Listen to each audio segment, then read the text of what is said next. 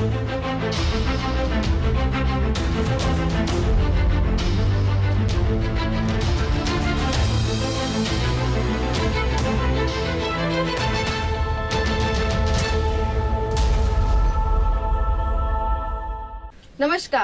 Next generation news channel में आप सभी का स्वागत है। मैं मेघना। आप देखेंगे मेरे साथ पूना की दिन भर की सारी खबरें। पुणेकरों के लिए खास खबर, कोरोना रिलीज रेट 60% के करीब पहुंचा। राज्य में कोरोना रोगियों की संख्या दिन प्रतिदिन बढ़ती जा रही है, जबकि पुणे में बड़ी राहत मिली है। पुणे जिले में पीड़ितों की संख्या 16,385 हो गई है, इसीलिए 9,791 मरीज कोरोना मुक्त रहे हैं। अब तक 608 मरीजों की मौत हो चुकी है। वर्तमान में जिन रोगियों का उपचार चल रहा है, उनमें से 355 गंभीर अवस्था में हैं। देश में महाराष्ट्र में सक्रिय रोगियों की संख्या सबसे अधिक है। राज्य में 61,000 से अधिक रोगियों का इलाज चल रहा है। इसके बाद दिल्ली, तमिलनाडु, गुजरात और पश्चिम बंगाल का स्थान है। मुंबई में कोरोना के मरीजों की संख्या भी तेजी से बढ़ रही है। इस बीच देश में कोरोना संक्रमित रोगियों की संख्या तेजी से बढ़ रही है। लगातार दूसरे दिन देश में कोरोना पीड़ितों की संख्या लगभग 15,000 हो गई है। पिछले 24 घंटों में 14,933 नए मरीज मिले, 312 लोग मारे गए। देश में कोरोना संक्रमित रोगियों की संख्या 4,40,215 तक पहुंच गई है। इस समय देश में 1,78,014 सक्रिय मरीज है। 2,48,190 मरीज कोरोना मुक्त रहे हैं। देश में अब तक 14,011 लोग मारे गए हैं। अब मिलेगी 45 मिनट में कोरोना परीक्षण रिपोर्ट। डिलीवरी के लिए ससून अस्पताल में आने वाली महिलाओं और गंभीर रूप से बीमार रोगियों की तत्काल कोरोना जांच के लिए कोविड परीक्षण मशीन की खरीदी की जाएगी। यह आपको केवल 45 मिनट में कोरोना की एक परीक्षण रिपोर्ट देगा, इसीलिए पीड़ितों के लिए तत्काल उपचार संभव होगा। ससून अस्पताल में वर्तमान में कोरोना संक्रमण परीक्षण के लिए एबॉट स्वचालित मशीन है, जो लगभग 8 घंटे में 94 स्वैब ले जाती है। हालांकि अक्सर आपातकालीन व्यक्ति को वेंटिलेटर पर रखा जाता है और उसके स्वैब को जांच के लिए ले जाया जाता है। 94 स्वैब बिना लगाए ही उपलब्ध है। नई रिपोर्ट 8 से 10 घंटे के भीतर जांची जा सकती है।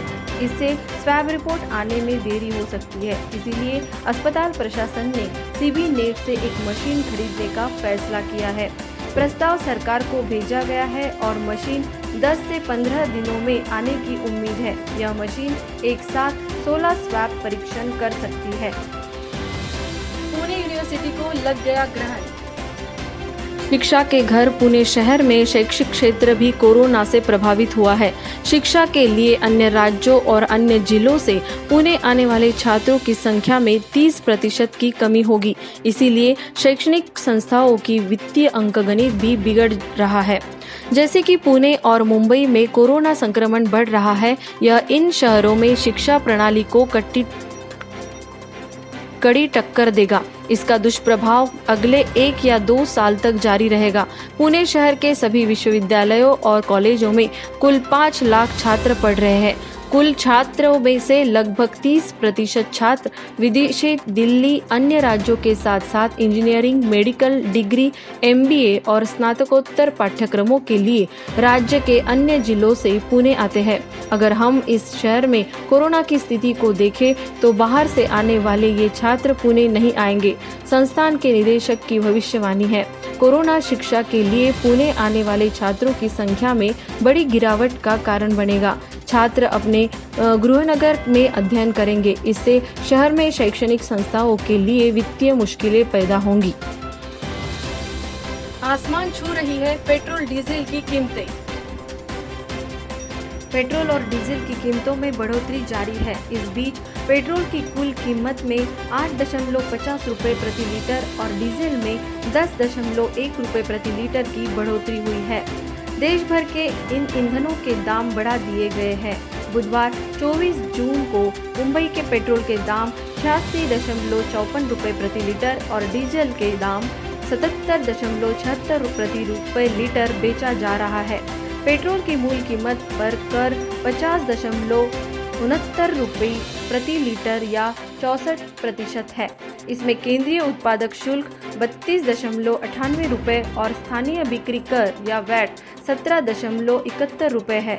डीजल की मूल कीमत पर कर लगभग 63% या 49.43 रुपये प्रति लीटर है।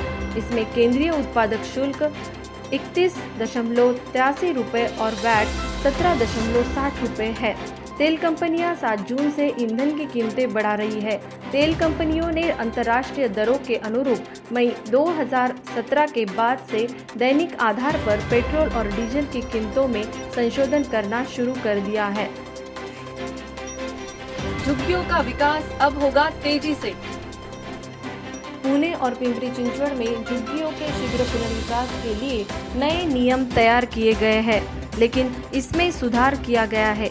राज्य सरकार 20% के बजाय 33% TDR का उपयोग करना अनिवार्य करने पर विचार कर रही है, जो कि पुनर्वास योजना से उत्पन्न होगा। इसने TDR का उपयोग करते समय TDR को प्राथमिकता देने की भी सिफारिश की, जो कि यदि अनुमोदित हो तो झोपड़पट्टियों का विकास को गति देने में मदद करेगी। वर्तमान में पुणे और पिंपरी चिंचवड़ में अनुमोदित FSI के अलावा न्यूनतम 0.40% और अधिकतम 1.40% के TDR का उपयोग करने की अनुमति है। इसमें 0.20% स्लम पुनर्वास योजना से उत्पन्न TDR का उपयोग शामिल है। राज्य सरकार अब इस दर को बढ़ाकर 33% करने पर विचार कर रही है। दावा किया जाता है कि ऐसा होने पर TDR की मांग बढ़ेगी और झोपड़पट्टियों के विकास को बढ़ावा मिलेगा। पुणे रेलवे स्टेशन से 140वीं श्रमिक स्पेशल ट्रेन निकली। देश के विभिन्न हिस्सों में तालाबंदी के कारण फंसे श्रमिकों, पर्यटकों, छात्रों, अन्य लोगों को विशेष रेलगाड़ियों के लिए राज्य सरकारों के अनुरोध पर रेलवे श्रमिक विशेष ट्रेन चला रहा है। इस श्रृंखला में पुणे रेलवे डिवीजन के तहत 140वीं श्रमिक स्पेशल ट्रेन आज ओडिशा और झारखंड के यात्रियों के साथ रवाना हुई। रेलवे अधिकारियों और कर्मचारियों को समर्पित टीमें इसमें विशेष भूमिका निभा रही है। उनके द्वारा किए गए अथक प्रयास स्टेशनों पर अभी आवश्यक व्यवस्थाएं बनाने में मदद कर रहे हैं, जिसके कारण ट्रेनें सुचारू रूप से चल रही है। 7 मई से शुरू हुई श्रमिक स्पेशल ट्रेनों की इस श्रृंखला में पुणे रेलवे डिवीजन ने 23 जून तक की अवधि में 140 ट्रेनों के माध्यम से 1,80,000 से अधिक लोगों को उनके घरों तक ले जाने में बहुत महत्वपूर्ण भूमिका निभाई है। लॉकडाउन की वजह से देश में 27 करोड़ छात्रों की शिक्षा पे हुआ परिणाम। देश में कोरोना का प्रकोप बढ़ रहा है और देश में तालाबंदी की घोषणा की गई है। उनके प्रहार ने छात्रों को कड़ी टक्कर दी है। लॉकडाउन ने देश में 27.5 करोड़ छात्रों की शिक्षा को प्रभावित किया है। यह यूनिसेफ द्वारा तैयार की गई एक रिपोर्ट के अनुसार लॉकडाउन ने दक्षिण एशियाई क्षेत्र में 600 मिलियन से अधिक छात्राओं की शिक्षा को प्रभावित किया है।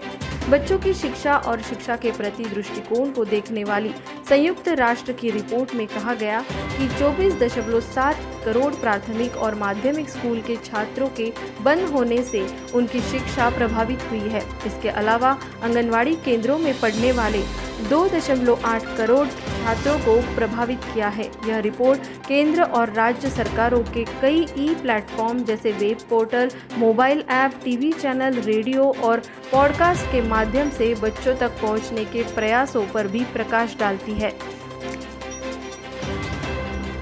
अंततः 10वीं 12वीं की परिणाम की तारीख तय की गई। महाराष्ट्र राज्य शिक्षा बोर्ड की 10वीं और 12वीं परीक्षाओं के सटीक परिणामों के बारे में आधिकारिक जानकारी सामने आई है। HSC यानी कक्षा 12वीं के नतीजे 15 जुलाई तक घोषित किए जाएंगे, जबकि 10वीं कक्षा के परिणाम जुलाई के अंत तक घोषित किए जाएंगे। संबंधित अधिकारियों ने मुख्यमंत्री की बैठक में सूचित किया। राज्य शिक्षा बोर्ड की अध्यक्ष शकुंतला काले ने कहा है कि परिणामों की घोषणा करने की प्रक्रिया अभी चल रही है और कक्षा 12वीं के नतीजे 15 जुलाई और 10वीं कक्षा के अंत तक घोषित किए जाएंगे। कोरोना की वजह से वरिष्ठ कलाकारों को सेट पर अनुमति नहीं दी जा रही। कोरोना के प्रकोप ने दिखाया है कि सरकार वरिष्ठ अभिनेताओं को सेट पर आने की अनुमति देने के लिए तैयार नहीं है। निर्माता संघ फिल्म निगम ने वरिष्ठ अभिनेताओं को सेट पर आने की अनुमति देने की अनुमति मांगी है, लेकिन नया अध्यादेश इन कलाकारों को घर पर रहने की सलाह भी देता है। इस पृष्ठभूमि के खिलाफ सरकार ने एक नया अध्यादेश जारी किया है। इसमें कुछ नए संशोधित नियम और शर्तें शामिल है। उनके अनुसार एम्बुलेंस, डॉक्टर और नर्स फिल्मांकन के सेट पर होंगे, भले ही वहां न हो, लेकिन साथ ही मरीज को सेट पर निकटतम अस्पताल में ले जाने के लिए एक वाहन तैयार होना आवश्यक है। इसके अलावा वाहन में प्राथमिक चिकित्सा सुविधा होना अनिवार्य होगा। हालांकि 65 वर्ष से अधिक आयु के कलाकारों को सेट पर अनुमति नहीं दी जाएगी। लॉकडाउन मनोरंजन के साथ शुरू हुआ। थिएटर को पहले बंद कर दिया गया था, फिल्मांकन तो रुक गया। अब 3 महीने हो गए हैं। जबकि तालाबंदी शुरू हुई तो अनुमान लगाया गया कि अंत में मनोरंजन होगा। हालांकि मुख्यमंत्री उद्धव ठाकरे ने इसका खंडन किया और मनोरंजन उद्योग में विभिन्न गणमान्य लोगों के साथ चर्चा के बाद फिल्मांकन के लिए सशर्त अनुमति दी। साइबर सेल नागरिकों को चेतावनी। चीनी द्वारा महाराष्ट्र में साइबर हमले की शुरुआत। महाराष्ट्र साइबर सेल भारत और चीन के बीच चले संघर्ष की पृष्ठभूमि के खिलाफ साइबर हमले के बारे में चेतावनी देता है। महाराष्ट्र साइबर सेल के अनुसार चीन ने फिशिंग तकनीकों के माध्यम से साइबर हमले किए जा सकते हैं।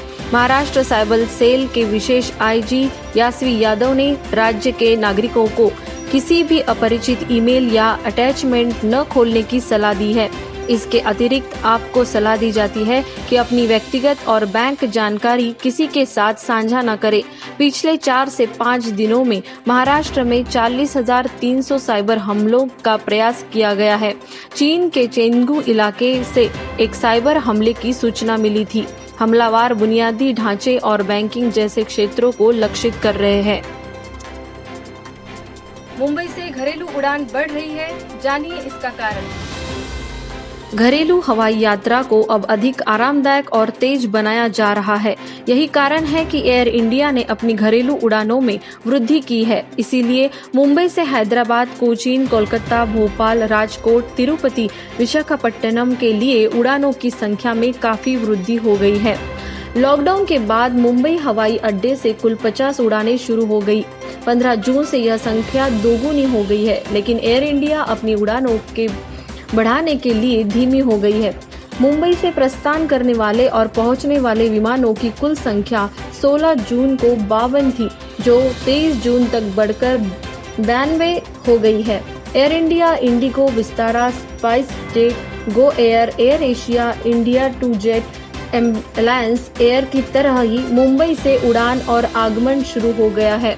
कहा गया है कि यात्रियों की मांग के कारण विमानों की संख्या बढ़ रही थी। भारत में हथियार मत बेचिए, चीन ने किया रूस को फोर्स। पूर्वी लद्दाख सहित चीन के साथ 3,428 किलोमीटर की सीमा पर तनाव अधिक है। अगर चीन फिर से आक्रमण करता है तो भारत भी जवाबी कार्रवाई करने के लिए तैयार है। रक्षा मंत्री राजनाथ सिंह की रूस की वर्तमान यात्रा इस संबंध में बहुत महत्वपूर्ण है। राजनाथ सिंह की रूस यात्रा से फाइटर जेट्स के लिए स्पेयर पार्ट्स की तत्काल आपूर्ति की मांग होगी।